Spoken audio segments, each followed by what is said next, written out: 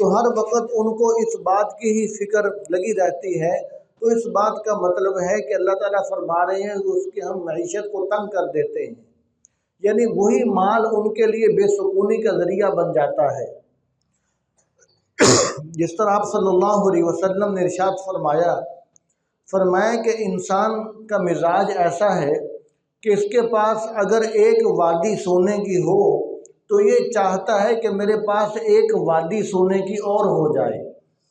فرمایا کہ انسان کا جو پیٹ ہے یہ قبر کی مٹی بھرے گی۔ دنیا کے اندر انسان کو مال کی ہرس اور لالچ ہر وقت لگی رہتی ہے۔ فرمایا کہ جو انسان کا پیٹ ہے یہ قبر کی مٹی بھرے گی۔ تو اس لیے جب آدمی اللہ تعالیٰ کے ذکر سے اعراض کر لیتا ہے، اللہ تعالیٰ کی یاد کو چھوڑ دیتا ہے، آیتوں کو بھلا دیتا ہے، تو پھر کیا ہوتا ہے؟ تو پھر مال و دولت ہونے کے باوجود اس کا سکون برباد ہو جاتا ہے۔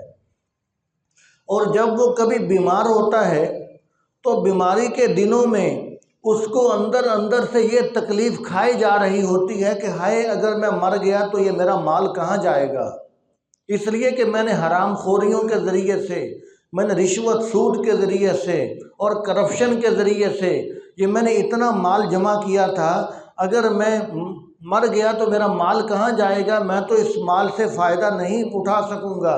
اس کو ہر وقت یہی مصیبت اور تکلیف پڑی رہتی ہے۔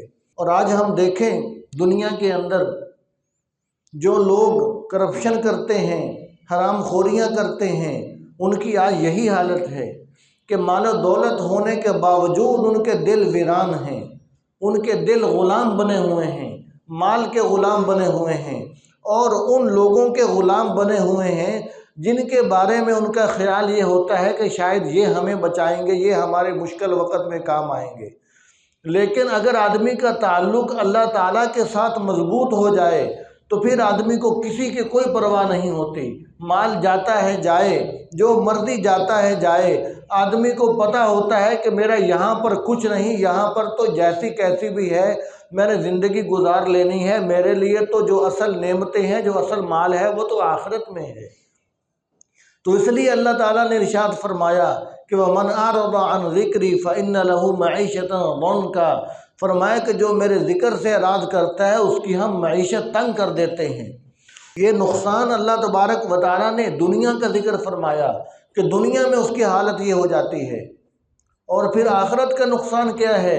فرمایا کہ وَنَحْشُرُهُ يَوْمَ الْقِيَامَةِ أَعْمَى، فرمایا قیامت کے دن ہم اس کو اندھا اٹھائیں گے۔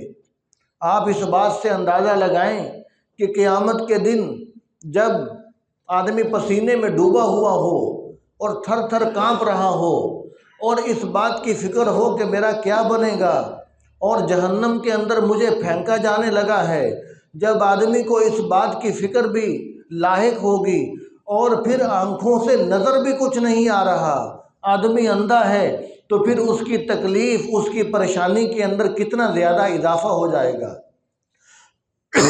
تو اس کی تکلیف، اس کی پریشانی میں کتنا زیادہ اضافہ ہوگا۔ تو یہ اس کی تکلیف اور پریشانی میں اس قدر زیادہ اضافہ بڑھتا جا رہا ہے، تو یہ اللہ تعالیٰ کے ذکر سے، اس کی یاد سے، اس کے احکامات سے منہ پھیرنے کا نتیجہ ہے کہ قیامت کے دن اللہ تبارک و تعالیٰ اس کو اندھا کر کے اٹھائیں گے۔ تو اس لیے ہمیں چاہیے کہ ہم دنیا کے اندر اس بات کی کوشش کریں کہ اللہ تبارک و تعالیٰ کی یاد سے، اس کے احکامات سے، اس کے ذکر سے ہم کبھی بھی منہ پھیرنے والے نہ بنیں۔ جہاں پر اللہ تبارک و تعالیٰ کا نام آ جائے، اس کے حبیب صلی اللہ علیہ وسلم کا حکم آ جائے، وہاں پر ہم ہر چیز قربان کر دیں، اپنی خواہشات، اپنی ہر چیز قربان کر دیں اور اپنا سر تسلیم ہم خم کر دیں، اس لیے کہ اللہ اور اس کے رسول صلی اللہ علیہ وسلم کا نام مبارک آ گیا۔ تو آج ہماری حالت یہ ہے کہ اللہ اور اس کے رسول صلی اللہ علیہ وسلم کے احکامات ہمارے سامنے آتے ہیں، ہم منہ پھیر کر دوسری طرف ہو جاتے ہیں، ہم منہ پھیر لیتے ہیں، اس سے اعراض کر لیتے ہیں کہ کوئی نہیں، اللہ تعالیٰ کا حکم ہے، ہم جانتے بھی ہیں کہ اللہ تعالیٰ اس سے ناراض ہوں گے، پھر بھی ہم اس سے منہ پھیر لیتے ہیں۔ تو یہ اللہ تعالیٰ کے ذکر سے اعراض کرنا ہے، اس کی یاد سے اعراض کرنا ہے۔ اور اعراض کرنے کا مطلب یہ بھی ہے کہ آدمی اس کا ذکر بھی نہیں کرتا، پھر جب اس کی آیتیں، اس کے احکامات سامنے آتے ہیں تو آدمی اس پر عمل بھی نہیں کرتا اور اس سے آدمی درگزر کر جاتا ہے، آدمی آنکھیں بند کر لیتا ہے۔ تو جس طرح دنیا میں یہ آنکھیں بند کرتا رہا جان بوجھ کر، تو قیامت کے دن بھی اللہ تبارک و تعالیٰ اس کی آنکھوں کو بند کر دیں گے، اس کو اندھا کر کے اٹھائیں گے۔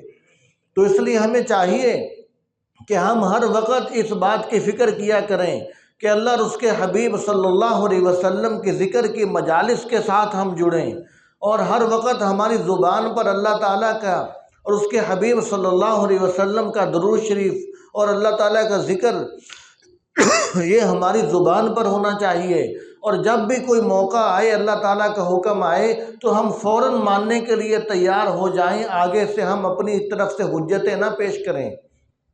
مثال کے طور پر اگر ہم نے کاروبار کرنا ہے تو کاروبار کے اندر ہم اس چیز کی ضرورت ہی محسوس نہیں کرتے کہ ہم اللہ اور اس کے حبیب صلی اللہ علیہ وسلم کا حکم جان لیں کہ اللہ اور اس کے حبیب صلی اللہ علیہ وسلم کا حکم کیا ہے، کیا، تاکہ ہم اس کے مطابق ہم کاروبار کر لیں۔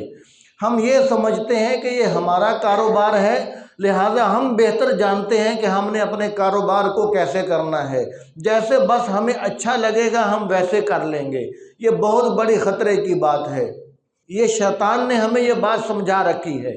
اب مثال کے طور پر عمرہ کرنا ہو تو عمرہ کرنے کے اندر ہم چھوٹی چھوٹی بات بھی ہم علماء سے، مفتیان کرام سے پوچھ رہے ہوتے ہیں، اور ایسی باتیں کہ جو مستحب ہیں، جو اگر آدمی نہ بھی کرے تو کوئی گناہ والی بات نہیں، ان باتوں کے لیے بھی وہاں سے فون آ رہے ہوتے ہیں کہ جی ہم یہ کریں یا وہ کریں، تاکہ لوگوں کو پتہ چلے کہ ہم بہت بڑے حاجی صاحب ہیں، ہم عمرے پہ آئے ہوئے ہیں، لہٰذا ہم یہ کام ایک ایک چیز ہم پوچھ کے کر رہے ہیں، ہم بہت بڑے حاجی صاحب ہیں۔ اور ہم نے نماز پڑھنی ہو تو نماز پڑھنے کے معاملے کے اندر ہم ایک ایک بات پوچھتے ہیں، ہم اس بات کی ضرورت محسوس کرتے ہیں کہ ہم جانیں کہ اللہ اور اس کے رسول صلی اللہ علیہ وسلم کا حکم کیا ہے، تاکہ نماز اس کے حکم کے مطابق ہو جائے۔ اب رمضان کا مہینہ آتا ہے تو ہم اس چیز کی ضرورت محسوس کرتے ہیں کہ ہم جانیں علماء سے، مفتیان کرام سے کہ مجھ سے یہ غلطی ہوئی ہے کہ روزہ ٹوٹ گیا ہے یا نہیں ٹوٹ گیا۔ تو یہ چیزیں ساری عبادات کے ساتھ تعلق رکھتی ہیں۔ نماز عبادت ہے، روزہ عبادت ہے، اور عمرہ کرنا یہ عبادت ہے۔ ہم نے صرف اسی عبادت کو سمجھ لیا کہ شاید پورا دین اسی کے اندر سمٹا ہوا ہے، یہ بہت بڑی غلطی ہے، یہ بہت بڑی غلطی ہے۔ جو عبادات ہیں یہ صرف دین کا ایک شعبہ ہے، یہ پورا دین نہیں ہے۔ نماز پڑھنا، عمرہ کرنا، رمضان کے روزے رکھنا، تسبیح پڑھنا، تلاوت کرنا اور تہجد پڑھنا اور سارا دن مصلی پر بیٹھنا اور سارے نوافل پڑھنا، ان تمام چیزوں کا تعلق صرف اور صرف عبادات کے ساتھ ہے، اور پورا دین صرف عبادت کے اندر نہیں ہے، پورے دین کے اندر معاملات بھی آتے ہیں، پورے دین کے اندر معاشرت بھی آتی ہے، رہن سہن آتا ہے، اور پورے دین کے اندر عقائد بھی آتے ہیں، پورے دین کے اندر اخلاقیات بھی آتے ہیں۔ یہ دین کے 5 شعبے ہیں۔ اللہ تبارک و تعالیٰ نے دین کو ان 5 شعبوں کے اندر تقسیم کر رکھا ہے، تو اس لیے دین کو ان 5 شعبوں کے اندر اللہ تعالیٰ نے تقسیم کر دیا، اور پھر حکم ارشاد فرما دیا کہ ادخلوا فی السلم کافہ، فرمائے کہ تم پورے کے پورے اسلام کے اندر داخل ہو جاؤ۔ ابھی ہم تھوڑی دیر کے لیے ذکر کریں گے، تو سب سے پہلے لا الہ الا اللہ کا ذکر کیا جائے گا، پھر لفظ الا اللہ کا، لفظ اللہ واللہ کا، پھر اللہ تعالیٰ کو دعائیہ انداز میں پکاریں گے، پھر مراقبہ موت ہوگا، پھر انشاءاللہ دعا ہوگی۔ اور جب لا الہ الا اللہ کا ذکر کرنا ہے تو اس وقت تصور اور خیال یہ ہو کہ لا الہ الا اللہ۔ جب لا الہ کہنا ہے تو اس وقت یہ خیال ہو کہ میں اپنے دل سے اللہ تعالیٰ کے غیر کو اور نجاست اور نحوست کو اور غلاظت کو میں نکال کر باہر پھینک رہا ہوں، یعنی لا الہ۔ جب الہ کہنا ہے تو پشت کے پیچھے اشارہ کرنا ہے کہ لا الہ، کہ میں دل سے اللہ تعالیٰ کے غیر کو اور ہر قسم کی ناپاکی اور نجاست کو دل سے نکال کر پیچھے پھینک رہا ہوں۔ پھر الا اللہ،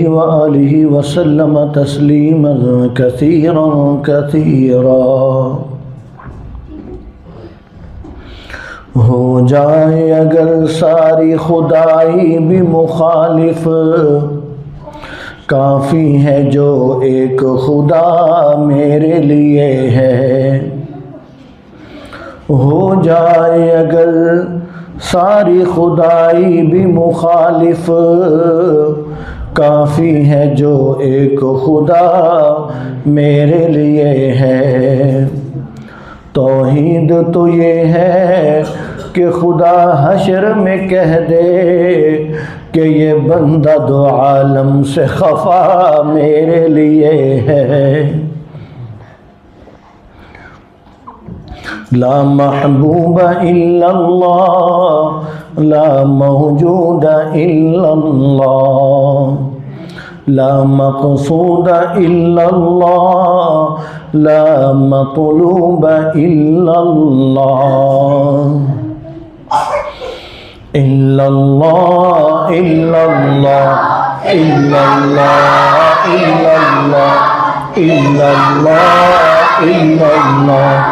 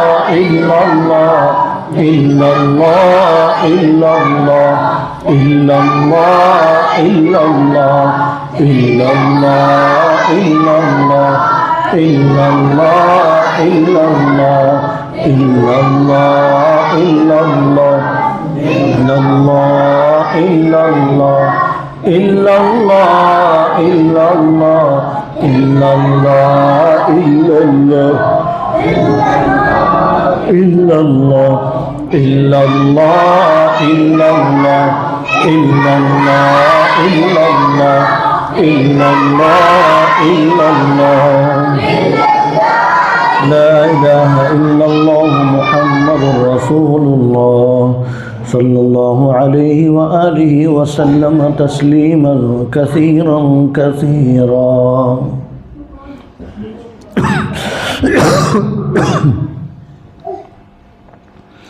اب اللہ تعالیٰ کا پاک نام انتہائی محبت اور شوق سے لیں گے، اس کیفیت سے کہ جو جتنی محبت سے اللہ تعالیٰ کا پیارا نام لے گا اس کو اتنی زیادہ اللہ تعالیٰ کی محبت، معرفت، پہچان حاصل ہوگی۔ لہذا بہت ہی محبت سے، شوق سے، پیار سے اپنے پیارے اللہ کا نام لیجئے۔ ذکر دنیا کر کے دیکھا، ذکر عقبا کر کے دیکھ، ذکر دنیا کر کے دیکھا، ذکر عقبا کر کے دیکھ، فکر دنیا کر کے دیکھا، فکر عقبا کر کے دیکھ۔ کون کس کے کام آیا، کون کس کا ہے ہوا، کون کس کے کام آیا، کون کس کا ہے ہوا، سب کو اپنا کر کے دیکھا، رب کو اپنا کر کے دیکھ۔ خواہشوں کے پیچھے چل کر اب ذرا کچھ سوچ لے، نفس راضی کر کے دیکھا، رب کو راضی کر کے دیکھ، عشق دنیا کر کے دیکھا، عشق فانی کر کے دیکھا، عشق باقی کر کے دیکھ، چھوڑ کر اب عشق سارے، عشق مولا کر کے دیکھ، چھوڑ کر اب عشق سارے، اللہ اللہ کر کے دیکھ،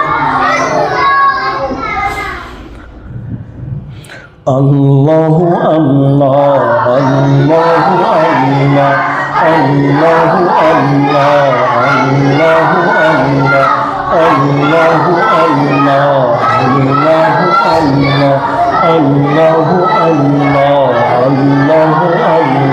اللہ اللہ اللہ اللہ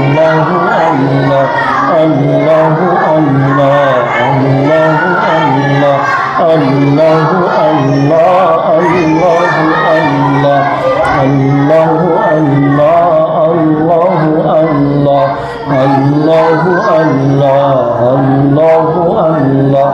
اللہ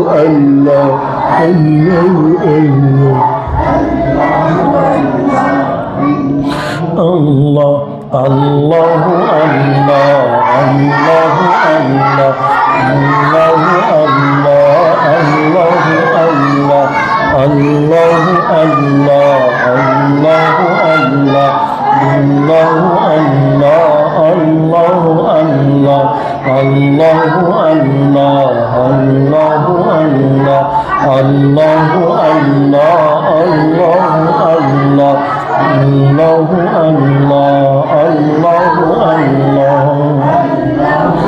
اللہ جل جلالہ عم نوالہ وعز اسمہ ولا الہ غیرہ۔ اب آخر میں اللہ تعالیٰ کا پاک نام دعائیہ انداز میں پکاریں گے کہ جس طرح آدمی کوئی بہت ہی مجبور حال اللہ تعالیٰ سے دعا مانگنے والا پکارتا ہے، کہ جیسے کوئی سمندر میں ڈوب رہا ہے، دائیں بائیں دنیا کا کوئی سہارا بچانے والا نہیں ہے، تو وہ کیسے بے قرار ہو کر اللہ تعالیٰ کی طرف متوجہ ہوگا کہ یا اللہ اب تو ہی بچانے والا ہے۔ یا کوئی آسمان سے گر پڑا ہو، جہاز میں سفر کر رہا ہے، جہاز گرنے والا ہے، تو وہ کیسے دنیا کا کوئی سہارا بچانے والا نہیں، تو وہ کیسے بے قرار ہو کر اللہ تعالیٰ کو پکارے گا کہ یا اللہ اب تو ہی بچانے والا ہے۔ یقیناً ہم بھی گناہوں کے سمندر میں ڈوبے ہوئے ہیں، ہم بھی غفلت کے سمندر میں ڈوبے ہوئے ہیں، ہم بھی نفس اور شیطان کے پنجوں میں شکار ہو چکے ہیں، شیطان کے پنجوں میں ہم بھی پھنسے ہوئے ہیں۔ ہم بھی اللہ تعالیٰ کو پکاریں گے کہ یا اللہ آپ ہی ہمیں بچانے والے ہیں۔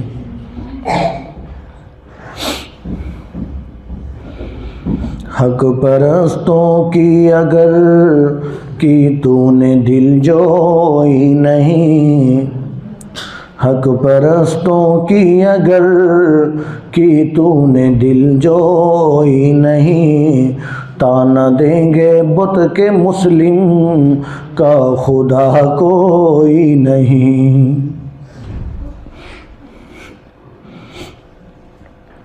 خار ہیں بدکار ہیں ڈوبے ہوئے ذلت میں ہیں، کچھ بھی ہیں مولا تیرے محبوب کی امت میں ہیں۔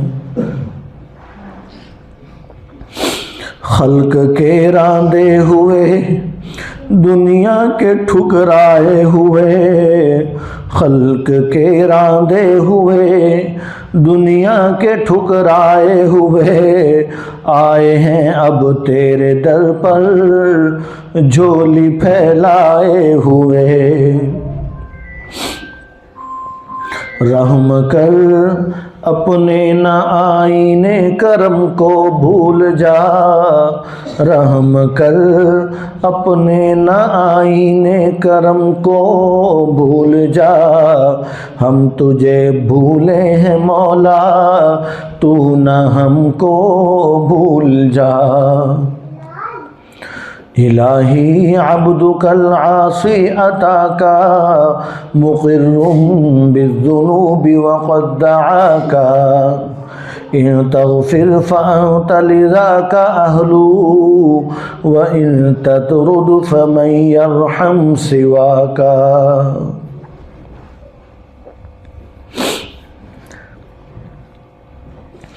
اللہ اللہ اللہ اللہ اللہ اللہ اللہ اللہ اللہ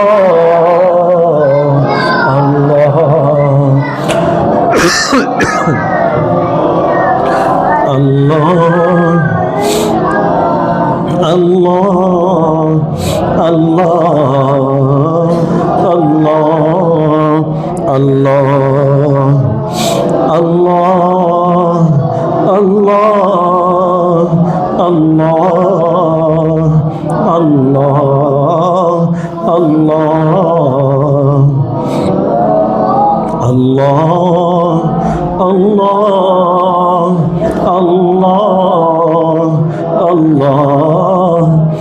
اللہ اللہ اللہ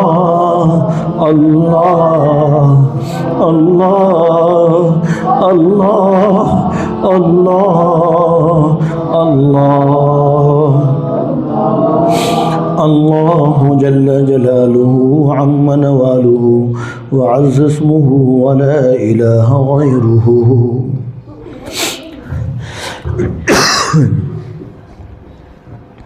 ابھی تھوڑی دیر کے لیے موت کا مراقبہ ہوگا اور اس کے بعد پھر انشاءاللہ دعا ہوگی۔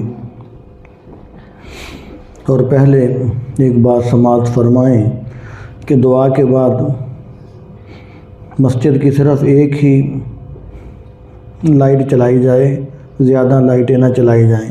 بعض بچے دعا کے بعد مسجد کی ایک دم زیادہ لائٹیں چلا دیتے ہیں، تو چونکہ مراقبے میں، دعا میں، ذکر میں تو کافی وقت اندھیرے میں گزارا ہوتا ہے، تو ایک دم جو بہت زیادہ روشنی آنکھوں کو پڑتی ہے تو یہ آنکھوں کے لیے بھی سخت نقصان دہ ہے اور آنکھوں کو تکلیف بھی اس سے ہوتی ہے۔ تو لہذا دعا کے بعد صرف ایک بلب مسجد کا جلایا جائے، زیادہ لائٹیں نہ چلائیں۔ اب تھوڑی دیر کے لیے مراقبہ کریں گے۔ نبی کریم صلی اللہ علیہ وسلم نے ارشاد فرمایا کہ اکثروا ذکر ہادم اللذات، کہ لذتوں کو ختم کر دینے والی چیز کو کثرت سے یاد کیا کرو، یعنی موت کو۔ ہم نے موت کو یاد کرنا چھوڑ دیا، مہینہ، ہفتہ، سال گزر جاتا ہے، ہم اپنی موت کو یاد نہیں کرتے۔ کاش کہ ہم موت کو کثرت سے یاد کرنے والے بن جائیں، جس طرح نبی علیہ السلام نے ارشاد فرمایا۔ یقیناً موت کو یاد کرنے سے آدمی کا دل نرم ہوتا ہے، دل کی سیاہی دور ہوتی ہے اور آدمی کی آخرت کی طرف توجہ ہوتی ہے، دنیا سے توجہ کم ہوتی ہے۔ اور یقیناً موت کو یاد زیادہ کرنے سے آدمی میں عاجزی آتی ہے، انکساری آتی ہے، تکبر ختم ہوتا ہے۔ سب ساتھی گردن کو ذرا جھکا کر اور آنکھوں کو بند کر کے اپنی اپنی موت کا خیال کریں۔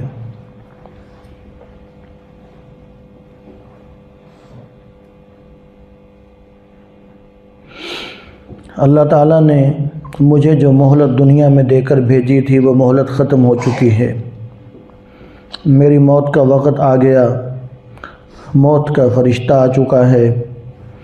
میں ایک دم حیران ہوں کہ میں تو ابھی دنیا میں رہنا چاہتا تھا، میں نے تو یہ بھی کرنا تھا وہ بھی کرنا تھا۔ میں ابھی دنیا میں رہنا چاہتا ہوں تاکہ میں کوئی توبہ استغفار کر لوں، کوئی ذکر اذکار کر لوں، کوئی اپنے معاملات صاف کر لوں، لیکن مجھے ایک لمحہ بھی اب نہیں دیا جا رہا۔ موت کے فرشتے نے اپنا کام شروع کیا۔ سب سے پہلے میری پاؤں سے میری روح کو نکالا، پھر میری ٹانگوں سے میری روح نکلی۔ میں ہوش حواس کے ساتھ یہ منظر اپنی آنکھوں سے دیکھ رہا ہوں، لیکن کچھ کر نہیں سکتا، کہیں بھاگ نہیں سکتا، کسی کو بتا نہیں سکتا، کوئی مجھے بچا نہیں سکتا۔ تو میں دیکھ رہا ہوں کہ میرا جسم کا نچلا حصہ بے جان ہو چکا اور میں مر رہا ہوں۔ میں نے اپنی موت کو آنکھوں سے دیکھ لیا اور میں مر گیا، اور میرے گھر والے جمع ہو گئے، اور آج تک میں لوگوں کے اعلان سنتا رہا۔ آج میرے اعلان بھی کروائے جا رہے ہیں۔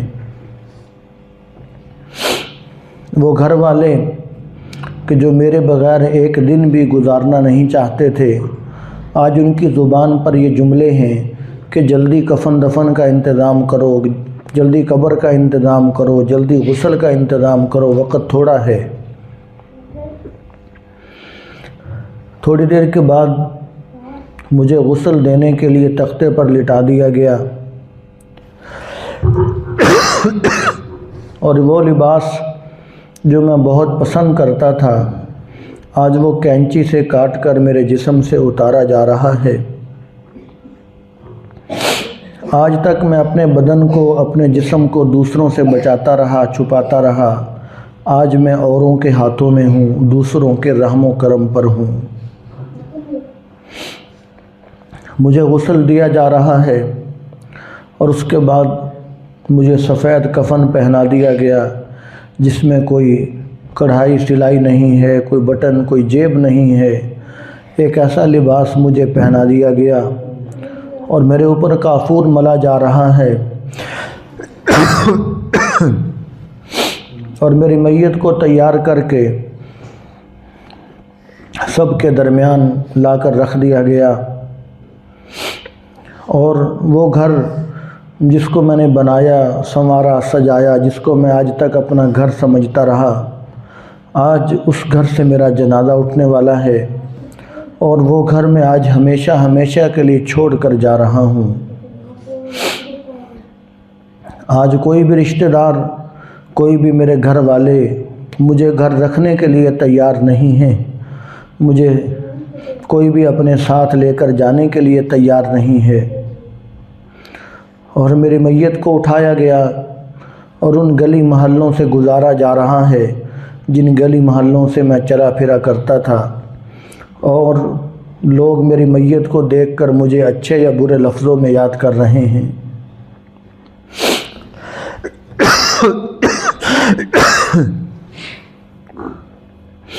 اللہ تعالیٰ کے دربار میں لوگ میرے بارے میں اچھی یا بریاں گواہیاں دے رہے ہیں۔ میری میت کو اٹھا کر لے جایا جا رہا ہے۔ آج تک میں یہ سمجھتا رہا کہ مجھے کسی کے تعاون کی ضرورت نہیں ہے، کسی کے سہارے کی ضرورت نہیں ہے۔ آج میں لوگوں کے کندھوں کا محتاج ہوں، اور لوگوں نے مجھے اٹھا رکھا ہے، اور میں ان کے رحم و کرم پر ہوں۔ میری میت کو جنازگاہ میں لایا گیا، وہاں امام صاحب لوگ پہلے سے انتظار میں تھے، میرا جنازہ پڑھا دیا گیا، اور میری میت کو بڑی تیز قدموں کے ساتھ قبرستان لے جایا جا رہا ہے۔ وہاں قبر پہلے سے تیار ہے۔ میں قبرستان پہنچا، مجھے ہاتھوں ہاتھ لے کر قبر میں اتار دیا گیا۔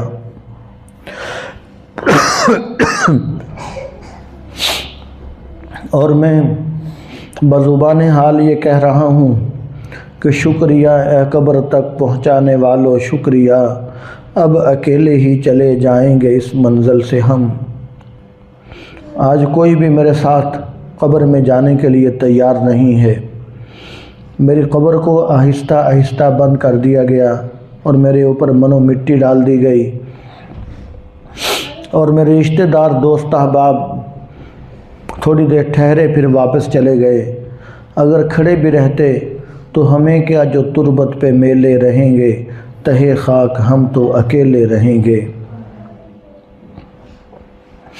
قبر کے اندر جاتے ہی ایسی مخلوق سے میرا سامنا ہوا کہ جو مخلوق میں نے آج تک نہیں دیکھی تھی۔ فرشتوں نے آتے ہی سوال کر لیا کہ من ربک، من نبیک، ما دینک۔ اگر میں نے زندگی نبی علیہ السلام کی سنت اور طریقے پر گزاری ہوگی، اللہ تعالیٰ کی فرمانبرداری کی ہوگی، دین کو دین سمجھ کر عمل کیا ہوگا، تو میں صحیح جواب دے دوں گا۔ اگر خدا نہ کرے کہ میں نے اپنی مرضی کی زندگی گزاری، تو میں نے یہ کہہ دیا کہ لا ادری، میں نہیں جانتا، تو پھر میری قبر میں سانپ بچھو چھوڑ دیے جائیں گے اور قیامت تک مجھے مارا پیٹا جائے گا۔ سینکڑوں ہزاروں سال کے بعد قیامت قائم ہو چکی، اور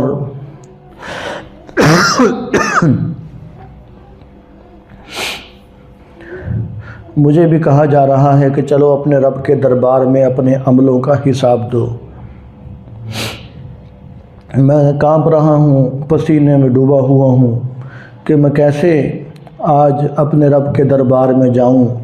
میرے پاس کوئی عمل نہیں ہے، میرے پاس گناہ ہی گناہ ہیں، اور اولین آخرین میدان حشر میں جمع ہیں۔ میرے استاد، میرے ماں باپ، میرے بہن بھائی، میرے شاگرد سارے جمع ہیں۔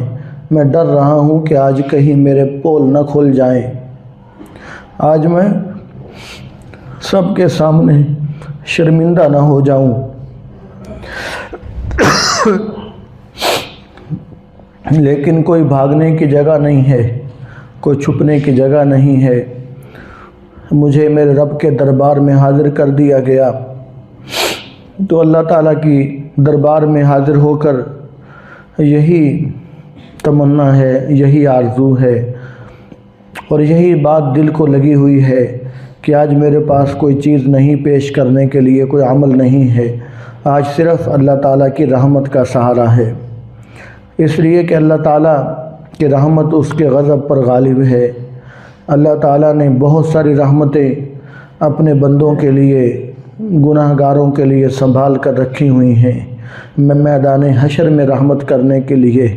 تو آج اس کی رحمت سے امید ہے کہ اللہ تعالیٰ اپنی رحمت سے مجھے بھی اپنی رحمت کے سائے میں جگہ نصیب فرمائیں گے۔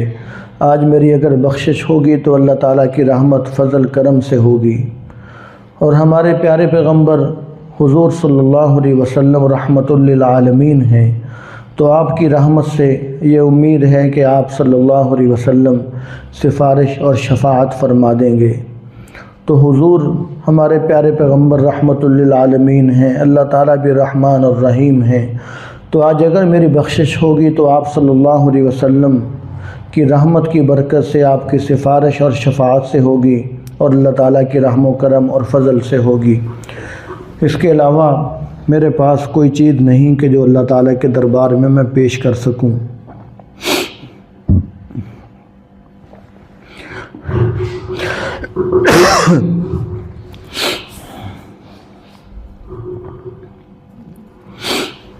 بسم اللہ الرحمن الرحیم، الحمد للہ رب العالمین، والصلاة والسلام علی سید الانبیاء والمرسلین۔ اللہم لک الحمد ما انت اہلہ، انک اہل التقوی و اہل المغفرہ، لا الہ الا اللہ الحلیم الکریم، سبحان اللہ رب العرش العظیم، الحمد للہ رب العالمین۔ اللہم انا نسألک موجبات رحمتک وعزائم مغفرتک والغنیمۃ من کل بر والسلامۃ من کل اثم۔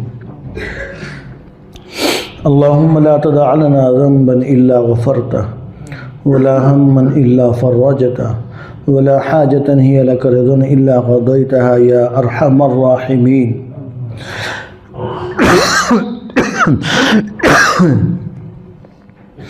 میرے اللہ آپ رحمان ہیں، آپ رحیم ہیں، میرے اللہ آپ کریم ہیں، آپ معاف کرنے والے ہیں، آپ حنان اور منان ہیں۔ آپ کے پاس گناہ گار بندے آئیں اور آپ سے معافی مانگیں، آپ کو معاف کرنے میں یا اللہ مزہ آتا ہے، آپ معاف کر کے خوش ہوتے ہیں۔ یا اللہ ہم گناہ گار بندے آپ کے دربار میں حاضر ہیں، اپنے جرموں کا اقرار کر رہے ہیں، اپنے جرموں کا اعتراف کر رہے ہیں۔ یا اللہ ہم چھوٹے بڑے ہر قسم کے گناہ ہمارے آپ کے سامنے ہیں۔ یا اللہ ہم آپ کے دربار میں یہی امید لے کر آئے ہیں کہ آپ ہمیں معاف فرما دیں گے۔ یا اللہ اپنی رحمت سے ہمیں معاف فرما دیجئے، یا اللہ اپنے کرم سے ہمیں معاف فرما دیجئے، اپنے فضل سے پیارے اللہ ہمیں معاف فرما دیجئے، ہم سے درگزر والا معاملہ فرما لیجئے۔ یا اللہ آپ بڑے ہیں، دنیا کے اندر بھی بڑوں کے دربار میں درخواست پیش کی جائے اور اپنی غلطی کا اعتراف کر لیا جائے تو دنیا میں بھی جو بڑے ہوتے ہیں وہ معافی دے دیتے ہیں۔ یا اللہ آپ تو بڑوں کے بڑے ہیں، آپ سے بڑا تو ہے ہی کوئی نہیں۔ یا اللہ ہم آپ کے دربار میں بھی اپنی غلطی مان کے آئے ہیں، یا اللہ اب بھی اقرار کر رہے ہیں ہمیں معاف فرما دے۔ یا اللہ ہم پر رحمت فرما دے، ہم پر اپنا فضل فرما دے، پیارے اللہ ہم پر اپنا کرم فرما دے۔ یا اللہ ہم گناہ گار سر سے لے کر پاؤں تک گناہوں کے اندر یا اللہ ہم گناہوں کے اندر مبتلا، ہم آپ کے پاس حاضر ہیں، ہمیں پاک فرما دیجئے۔ پیارے اللہ ہماری آنکھوں کو پاک کر دیجئے، ہمارے کانوں کو پاک کر دیجئے، ہماری زبانوں کو پاک کر دیجئے، ہمارے ہاتھ پاؤں کو ایک ایک عضو کو پاک فرما دیجئے۔ یا اللہ ماں کو بچوں سے بہت پیار ہوتا ہے، چھوٹا بچہ سر سے لے کر پاؤں تک گندا یا اللہ مٹی کے اندر غلاظت کے اندر بھرا ہوا ماں کے پاس آتا ہے۔ یا اللہ ماں اپنے بچے کو سارے کو سر سے لے کر پاؤں تک صاف کر دیتی ہے، اور سر سے لے کر پاؤں تک صاف کر کے بچے کو اچھا لباس پہنا دیتی ہے، بچے کو خوشبو لگا کر پھر بچے سے پیار کرتی ہے۔ یا اللہ ہم بھی تیرے بندے ہیں، آپ ماؤں سے زیادہ محبت کرنے والے ہیں۔ پیارے اللہ ہم بھی گندی زبان لے کر، گندی آنکھیں لے کر، گندے کان لے کر، گندے ہاتھ پاؤں لے کر، گندا پورا وجود لے کر آپ کے پاک دربار میں حاضر ہیں۔ یا اللہ آپ کے دربار سے بھی ہم گندے ہی واپس چلے گئے تو اس سے بڑا اور کوئی دربار نہیں ہے جو ہمیں پاک کرے گا، جو ہمیں صاف کرے گا۔ یا اللہ ہمیں پاک صاف کر دیجئے، یا اللہ ہمیں پاک صاف کر دیجئے، ہر گناہ سے پاک فرما دیجئے، محفوظ فرما دیجئے، ہماری حفاظت فرما لیجئے۔ یا اللہ شیطان جو آپ کا بھی دشمن ہے ہمارا بھی دشمن ہے، یا اللہ ہمیں نظر نہیں آتا، تجھے نظر آتا ہے۔ آپ نے خود فرمایا کہ تم اعوذ باللہ پڑھو، میری پناہ مانگو میں تمہیں بچاؤں گا۔ یا اللہ ہمیں شیطان ملعون مردود سے محفوظ فرمائیے، یا اللہ اس کے حملوں سے محفوظ فرمائیے، اس کے ہیلوں سے محفوظ فرمائیے۔ یا اللہ نفس کے حملوں سے محفوظ فرمائیے، یا اللہ نفس اور شیطان کی ہر قسم کی شرارت سے محفوظ فرمائیے۔ یا اللہ ہم تیرے ہیں، اسی لیے تیرے گھر میں بیٹھے ہوئے ہیں ہم، یا اللہ تیرا کلمہ پڑھنے والے ہیں، یا اللہ ہم تیرے ہیں۔ یا اللہ آپ بھی ہمیں اپنا بنا لیجئے، آپ بھی ہمیں اپنا بنا لیجئے، یا اللہ آپ بھی ہمیں اپنا بنا لیجئے، یا اللہ ہمیں اپنا بنا لیجئے۔ یا اللہ ہم کسی مندر میں نہیں گئے، ہم کسی گرجے میں نہیں گئے، ہم کسی اور دنیا کے کافروں کے کسی عبادت خانے میں نہیں گئے، ہم یا اللہ مسجد میں آئے ہیں، تیرے گھر میں آئے، یا اللہ اس لیے آئے کہ ہم تیرے ہیں۔ یا اللہ ہمیں اپنا بنا لیجئے، ہمیں اپنا بنا لیجئے۔ ہماری عبادات کو، ہمارے اعمال کو، ہماری صلاحیتوں کو، ہمارے مال کو، ہماری جان کو، ہماری اولادوں کو، ہمارے شاگردوں کو یا اللہ ہم سب کو اپنے لیے خاص کر لیجئے۔ یا اللہ ہمارے دن رات کو، ہماری صبح و شام کو، ہمارے ایک ایک لمحے کو اپنے لیے خاص کر لیجئے۔ یا اللہ ہمیں اپنی محبوبیت نصیب فرما دیجئے، اپنی مقبولیت نصیب فرما دیجئے۔ یا اللہ ساری زندگی اپنی توجہ، اپنا دھیان نصیب فرمائیے۔ جتنی ہماری زندگی ہے صحت عافیت والی زندگی نصیب فرمائیے۔ جب ہماری عمر پوری ہو جائے تو ایمان کامل کے ساتھ، اپنی رضا کے ساتھ مسجد نبوی کی موت نصیب فرما دینا۔ یا اللہ جب ہماری عمر پوری ہو جائے تو حرم پاک کا جنازہ نصیب فرما دینا، حضور کے قدموں میں جنت البقیع میں دفن نصیب فرما دینا، اور قیامت کے دن بھی حضور کے قدموں سے ہی یا اللہ اٹھانا، اور حضور کی سفارش میں سے جنت میں اولی دخول نصیب فرما دینا۔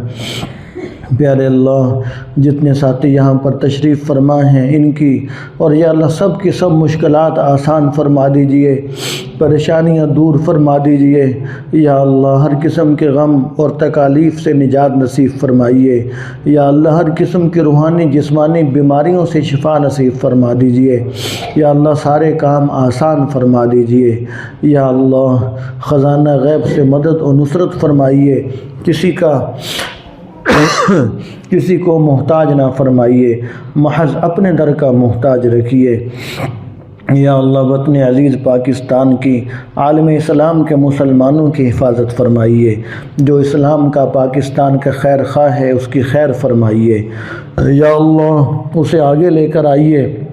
جو اسلام کا پاکستان کا خیر خواہ نہیں ہے اسے ہدایت نصیب فرما دیجئے۔ اگر ہدایت اس کے مقدر میں نہیں تو اسے نیست و نابود فرما دیجئے، تباہ و برباد فرما دیجئے، صفحہ ہستی سے مٹا دیجئے۔ یا اللہ ہم سب کو اپنا تعلق نصیب فرما دیجئے۔